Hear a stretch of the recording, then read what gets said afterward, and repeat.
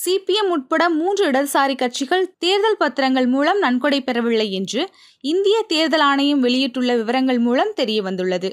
தேர்தல் பத்திரம் மூலம் அரசியல் கட்சிகள் பெற்ற நன்கொடை விவரங்களை உச்சநீதிமன்ற உத்தரவின் பேரில் SBI தேர்தல் ஆணையத்திடம் சமர்ப்பித்தது.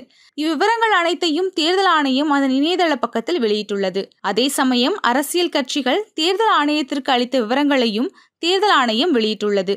இந்த நிலையில் மார்க்சிஸ்ட் கம்யூனிஸ்ட் கட்சி, இந்திய கம்யூனிஸ்ட் கட்சி மற்றும் இந்திய கம்யூனிஸ்ட் மார்க்சிஸ்ட் லெனினிஸ்ட் லிபரேஷன் ஆகிய 3 இடதுசாரி கட்சிகள் தேர்தல் பத்திரங்கள் மூலம் நன்கொடை பெறவில்லை என்று இந்திய தேர்தல் ஆணையம் வெளியிட்டுள்ள விவரங்கள் மூலம் தெரிய வந்துள்ளது.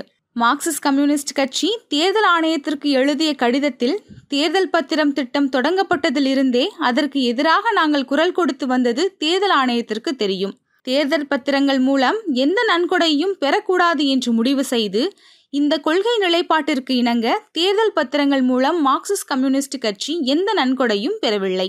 தேர்தல் பத்திரங்கள் திட்டத்தை எதிர்த்து உச்சநீதிமன்றத்தில் நிலுவையில் உள்ள 3 வழக்குகளில் ஒன்று CPIM வழக்கு என்பது நீங்கள் அறிந்திருக்கலாம் என்று மார்க்சிஸ்ட் கம்யூனிஸ்ட் கட்சி பொதுச் செயலாளர் சீதாராம் யெச்சூரி கையெழுத்திட்ட கடிதத்தில் தெரிவிக்கப்பட்டுள்ளது.